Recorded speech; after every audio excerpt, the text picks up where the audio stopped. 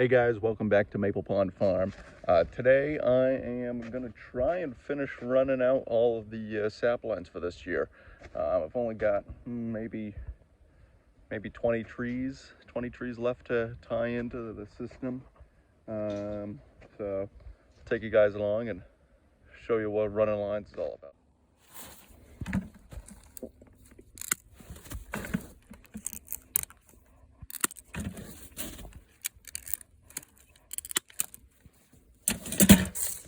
This is our 5/16 tubing line, 500-foot roll of it.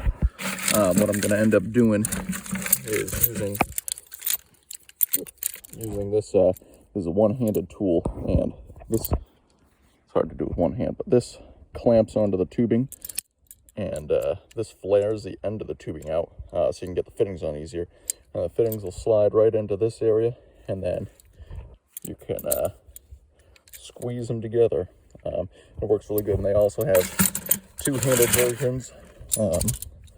I use these for putting the T's in the tubing system. So what I'll do is I'll run all the tubing out, tie it into the main line, and I'll come back through and cut the tubing, slide a T fitting in there, and then this tool grabs the tubing on both ends and clamps them together, or pulls the tubing over the fittings. So pretty sweet tool. It's got a little cutting edge right there, so I clamp it on. I can use this lever right there to pull it through and cut the tubing to make the gap in the tubing for the T to fit in. Pretty neat tools. All right, let's see if I can't do this on camera for you guys. So I've got my tubing end here. I'm going to clip it on like that. Leave a little bit hanging out. Use a flaring bit. That'll stick right in there.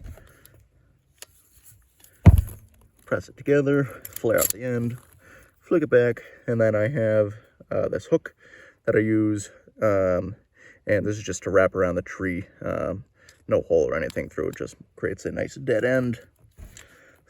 Slide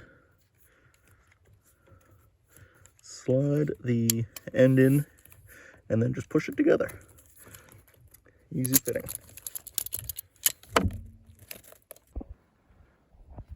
So now that I got the fitting on, I'm just going to wrap it around the tree. Sorry about the camera angle. This will come around and snap right onto the tubing. Again, apologize for the camera angles because I'm trying to do this with the phone in hand. It just goes on just like that.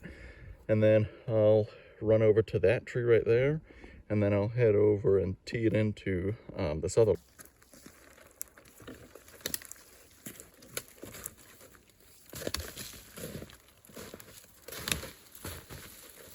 A good trick to get the loops out, so you get the loops coming, because I'm just feeding it out, is to switch arms and feed the loops off of the other end, and that'll get rid of the loops.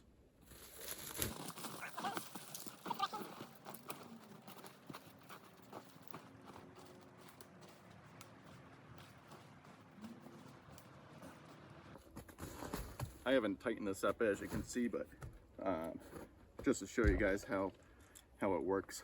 And it's the first tap on this lateral, so tightening up won't drag the tap too far away from the tree. So, like I said, push this bolt together. One clip on, then my cutting tool lever. Slices the wire in half. Then I've got this two-sided flaring tool. Flare out the ends.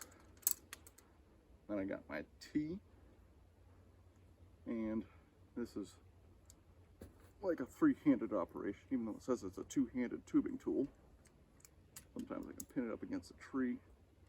Make sure that T is facing upwards, because that's where our drop line is going to come onto. And just push it together, and then take the clips off, and the T is in. All right, so what we've got here now is a lateral line that runs past a maple tree. This one's a little small, but we could probably tap it this year, maybe 6 or 7 inches in diameter. Usually we look for about 8 inches. anyways, so we got a lateral line that runs past this tree. I'll throw a T in here underneath the tree. I've got another lateral line that wides into this guy. There's my Y fitting, put that in just sort of like we did the T. And this is running into our 3/4 inch main line. Here's an end fitting. So what I'll have here is I'll have a saddle. I haven't put them in yet, but I will have a saddle here. And then I'll have a loop that runs from here into the saddle. This 3/4 inch main line, you can't see, but runs well up past the sugar shack and up to the house. This line itself is about 1,000 feet. So we run through here. Another lateral line is in. And this is our tensioner right here. That's tied to our tree. So what this does is like a Chinese finger trap. And it keeps the tubing from pulling out this way, because I've got a whole lot of tension pulling it this way. And then this comes over and tees into another 3/4 inch main line. And this main line runs all the way up that way and then up into the woods up there. This one's another 500 feet or so. I'd say we got probably 100, 120, 150 taps that way and about 160 taps up that way. So it's a decent sized line. And then it all comes down here, terminates down at those loops. And over here is where I'm going to have the collection tank, probably tanks. Into the sugar house we go.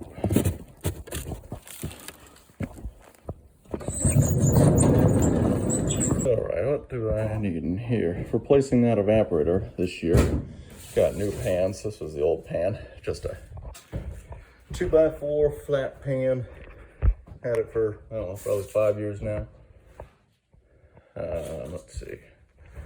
Looking for some Y fittings. 4 of them. Handful of them. A couple extra dead end hooks. And I think that should be it for now. So this is boiling headquarters for us. Down here in the sugar shack, we've got some heaters over there. Those will be out on the deck during the year. We got our head tank up there. That is getting, I'll probably just fill that up with water this year. I'm putting the head tanks outside. That way they can, well, I've got triple the taps this year, so I need triple the capacity.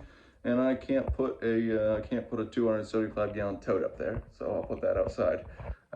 Behind me here, that's our old arch. 2x4, pretty simple. My brother and I made it a while back, and it's long overdue we are long overdue for an overhaul. So I put her in high. We'll see if we can make it up here. Pretty icy. Here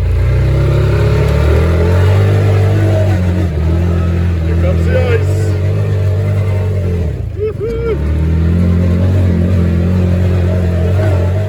Down on the sugar shack again. Every time I come down here, gotta say hi to Dad. Dad loved his Fireball.